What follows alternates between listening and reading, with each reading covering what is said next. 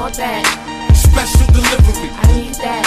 Special delivery. Welcome to the Special Delivery Damn Near Daily podcast. I'm your host, Special, and on this episode, we're going to be breaking down everything you don't know and should know about Flow Riiot. On the phone, I got the super talented Torii Wolf and the legend himself, DJ Premier. How you guys doing? Good. I'm good. I'm so glad to have you guys here. We, of course, got to talk about Flow Riiot. Torii, do you have a favorite sample that DJ Premier used? Oh, man, that's really tough. As far as the cuts go, I would say Big Trouble. I love the Papoose flying in there with the uh-oh.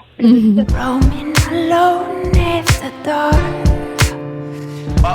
There's no return from the places we went to. Roaming alone in the dark. I feel you looking, but I can't see anything. Just the whole vibe of the record is like this kind of suspenseful, like what's going to happen type of thing. Like there's not necessarily a release. It's like climactic without the explosion, you know? So the whole time it's just like, uh-oh. And then at the end, like when we're just getting in and he's just cuts it so nasty, I just, every time can't help but like move my body to it, you know? I don't know, it's really tough. I love personally like how selective and like how much thought goes into these cuts that with Preem. Like he really digs, and I feel like that's one of my favorite parts about the way that his mind works with the whole process. Is like I feel like he knows exactly like right away like where he's gonna dig something up and like throw it in. Like and it's such a major part, but it's one of those like finishing touches too. So it's exciting, you know. Yeah. Just when you think like the song is like complete and made, you know, like quite possibly the best part of the entire record hasn't even happened yet, you know? Exactly. No, the Papoose one is so cool too because it's almost like he's your hype man, but he's also like kind of warning people at the same time while you're warning them. Like it's really cool for that one. A warning. It really is. And the thing is, when we went on the road overseas a few months back, do a little interlude beat that we play. I say this is a motherfucking warning, y'all. Why? Because y'all in big trouble now. And I do it about 2 or 3, and then I start scratching the uh-oh, and then I loop it, and then I drop the beat. And then I do the scratches the same way, like on their song. So it just works. So that's crazy that you said a warning, and that's what we said. Are you sure you weren't in the studio with us when we made this album? I don't call you special for nothing. I appreciate that. No, it's just you guys are saying like you put your emotions together, like everything is felt on here. You can see every single thing and why you guys put it there. So it's like, no, you guys are that transparent and that relatable on this album. It's incredible. Thank you. No problem. But I know that emotion was a big theme of not only the project itself, but in constructing the project. You guys talked about putting your emotions together. What was the construction of the songs on this project like as far as the beats, the samples, the lyrics, the instrumentation? Really, everything was really freestyled. Like, I've never worked with an artist like Torii as far as their approach because she has a style that's, I know a lot of the people that listen to us and what we've done so far have said she has a Portishead-esque type of a sound / Bjork type of a sound. And even though I understand where they're coming from with that, I still think she has her own identity of sound, which is why we even didn't, even Macklemore was a very, very, very last-minute addition because I wanted to focus on no features, really, and show that she could hold her own as Torii Wolf because we can always get features once you've earned a certain spot of respect from your music. And that's how it used to be back in our day before everything had to be like, who you got on it? So the fact that I wanted her to have her own identity just as a producer and as one of the label heads along with my manager, who's also a co-owner of TTT Records, I said, why don't we just figure out making tracks that fit your whole persona and who you are and how your mind thinks, and let's just start going from scratch and just creating a sound. And that's what I did every track. Sometimes I do 2 or 3 tracks in one day, and the very next morning she already did it in GarageBand and sent me a rough of all her vocals laid, arrangements, everything. And then if I heard something that I felt like needed to be extra, I would say, hey, why don't you add this, why don't you add that? The next thing you knew, we had an album done, and we weren't even planning on an album at the time. We were just like, let's record to see, can we keep vibing with making good songs? And then it became, you know what, we might as well do an album. And that was once we had collected at least 12 songs, which, you know, extended once Mike Zombie came into the picture with Painkiller and A-Rap music coming with Body. We were like, well, those are good, too. We could either keep those as singles or let's add those to the album as well. And we were like, you know what, they all fit the Flow Riiot vision. So all of that ended up being a part of it. And now you have an album September 29th. Completely collaborative. That's so cool. Okay, goodbye. I'm like, I got a statement from the band DJ Premier. I'm like, I'm a happy little hip hop kid right now. I'm good. I do. Happy little hip hop kids. Oh, it's so good. I do have a couple more though. And then when you guys were in the studio, Premier, you actually told Torii, let's see how crazy you can get with this. And I know songs like this in itself can be a therapeutic experience. Was there a song where afterwards either of you were like, oh fuck, like this really happened, like this came out? Shadows Crawl for me was a track I already had, but I was like, you know what, she needs something in that world. So I said, see if you want to rock with this. So I played it. Everything else was literally just made from nothing. I'm talking in my sleep. Let the blinds fall, and the night is young. Unlock my vault. So Shadows Crawl originally was a track I had done that just didn't get used. And then the next thing you know, she was like, I could do something to that. First is the record that did it for me in that regard. Pun intended, that I was like, this is definitely the single. I could tell. Definitely. You fell in love. I've seen the last come first. I've seen the first last. You fell in love with me first. Oh, so why are you running away?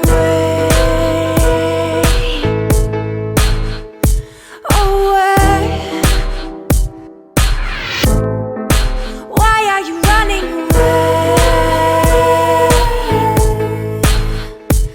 I could just tell. I was like, this is what we need to start with.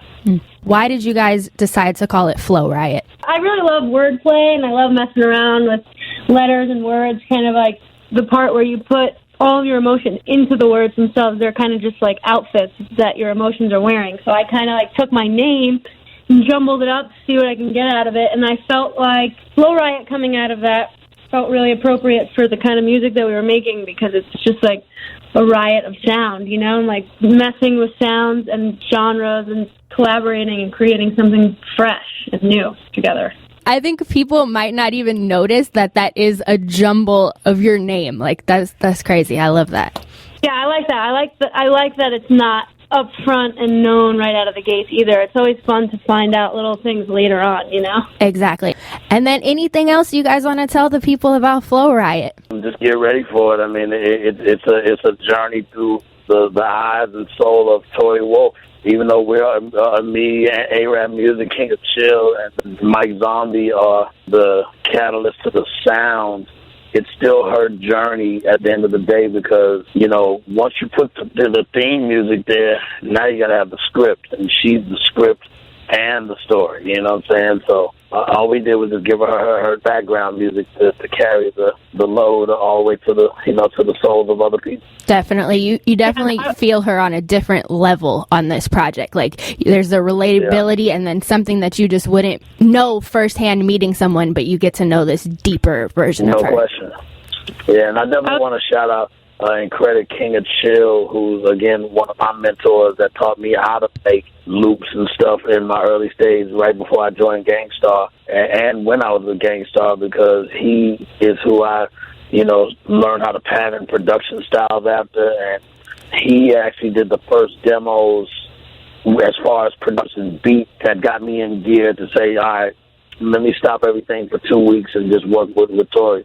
And that's exactly how it happened. So I want to give him a big shout because not only did he produce 3 songs on the album, he really made everything get into gear where who knows if things would have come out the way they did at the time that she came up to start getting my portion added to the project. Because again, at that time it was just test and see what we can make up, and then before you knew it was like, damn man, we got no songs. Just say fuck it, we got an album. Let's not start an album. We already did it.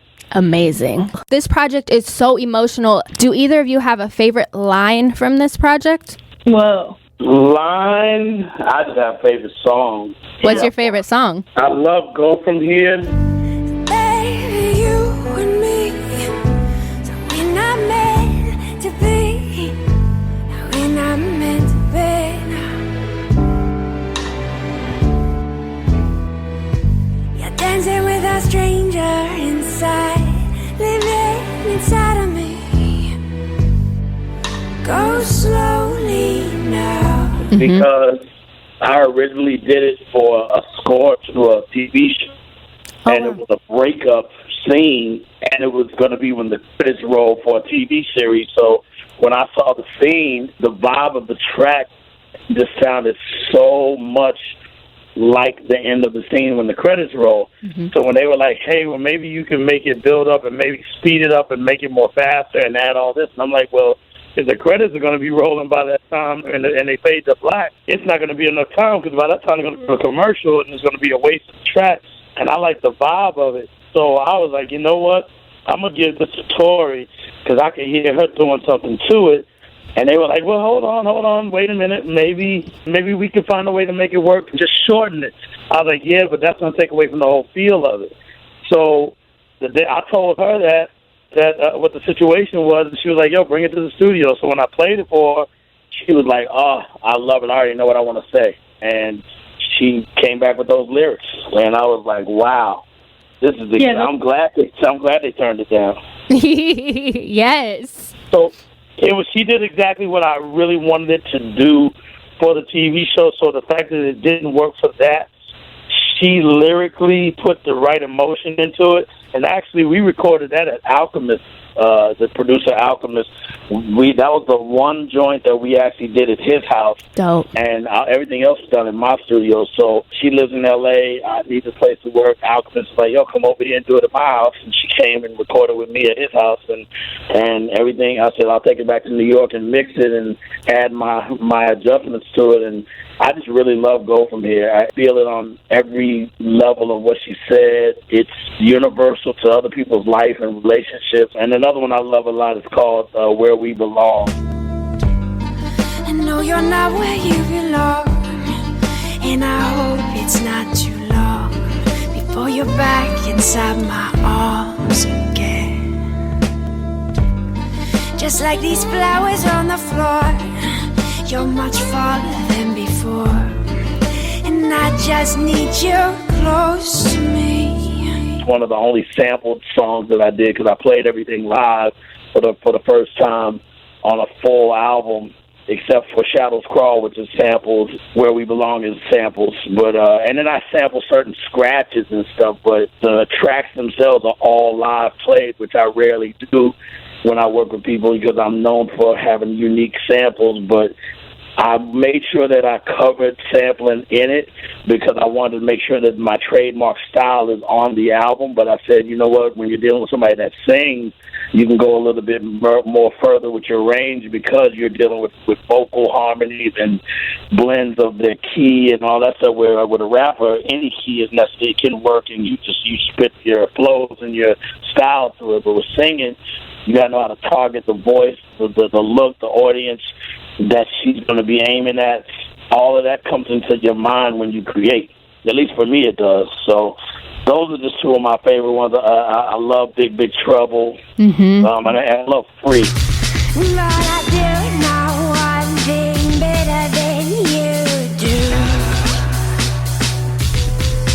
We are free. We are free. We are free.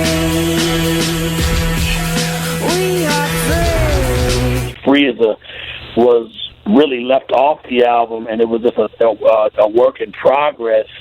And when we started sitting there coming up with which ones we're going to keep for the album, Torii was like, oh, yeah, we had this other one that we were working on, but we never did it.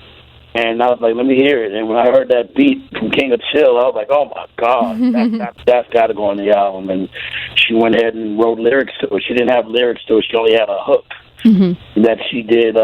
She kept saying voices inside my head, like the Police on the Zenyatta Mondada album. Yep. So that was all that was on there. And then she actually wrote verses. And I love her whole approach to it, just flow-wise and everything. I was like, yeah, this is going to be a banger. And that's one of my favorites is Free. Yes. Torii, do you have a favorite line? It's really tough to choose. I mean, Go From Here, I really do love Dancing with a Stranger Inside of Me. I mean, that's one of my favorite lines for sure, because it really resonates. You could feel so close and connected to somebody, and that connection sometimes can be a projection, of something that you're feeling in a moment, and like projecting onto another human when in time it could evolve and change for either person, and all of a sudden it feels like, it's not, you're dancing with a stranger inside of your body. Like it's not what it once was, and it's so strange. Like that's why I really lyrically do connect with that record, because, sometimes you lose that feeling, and there are so many songs that have these similar themes that throughout my life growing up I've felt, but I want to say so much more about them, Same thing with Shadows Crawl. But my mouth goes, and I'm talking in my sleep, when my shadows crawl out of me,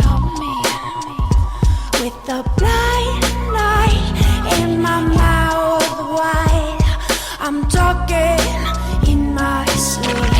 There's that record by the Romantics from the 80s about I hear the secrets that you keep when you're talking in your sleep. Yeah. They kind of lyrically talk about, it sounds a little bit more positive, where it's like, you tell me that you want me, you tell me you need me. And I'm like, let's get real. There are so many things in our subconscious that or consciously keep down and repress that we don't tell our lover. And then it's like you're in this state of, like a deep state of sleep where secrets can just leak out of your mouth, and it's like, it can be scary after a while, especially in a relationship where you're like, don't say every single thought that's running through your mind, and it's very vulnerable. There's a lot more to be said in a lot of these records that have been a part of my life growing up that I feel inspired by, and also takes me in different lanes and different directions, Yeah, it's very interesting to see your interpretation of those records. And then speaking of Shadows Crawl, on the remix, Rhapsody was talking about I fell asleep on my lover. Open up your eyes wide. Open up your eyes wide. What now? I fell asleep on my lover, had a dream about another. Now he's shaking on my shoulder, asking me about that brother name that I was calling out. Tyrone, he big mad, now my secret out, sleeping on the living room couch. And then that kind of interweaved into I'd Wait Forever and a Day for You.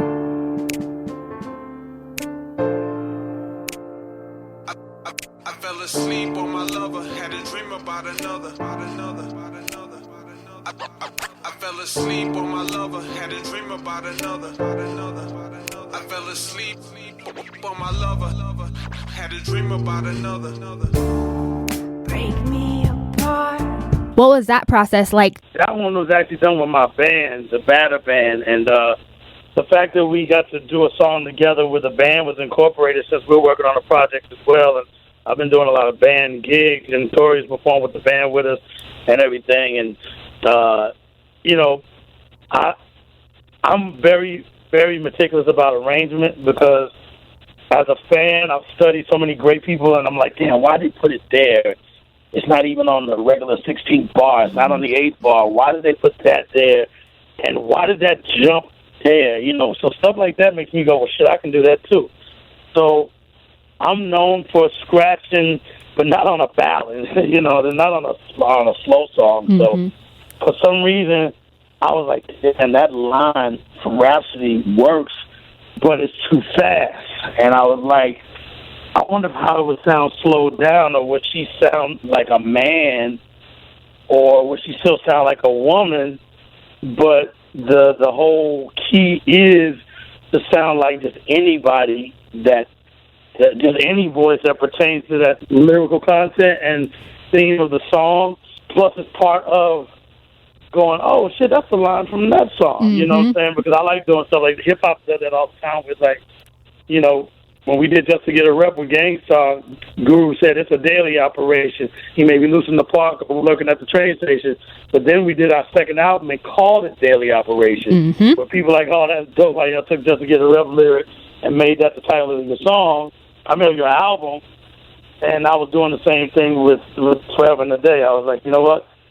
If it fits, I'm going to keep my fingers crossed, and hopefully it'll ride right with her voice slowed down, sounding less than the woman voice that she has, but not trying to make her sound like a man, just to fit the vibe of almost like being in a slower time warp. And boom, when I did it the first take, I was like, damn, it fits.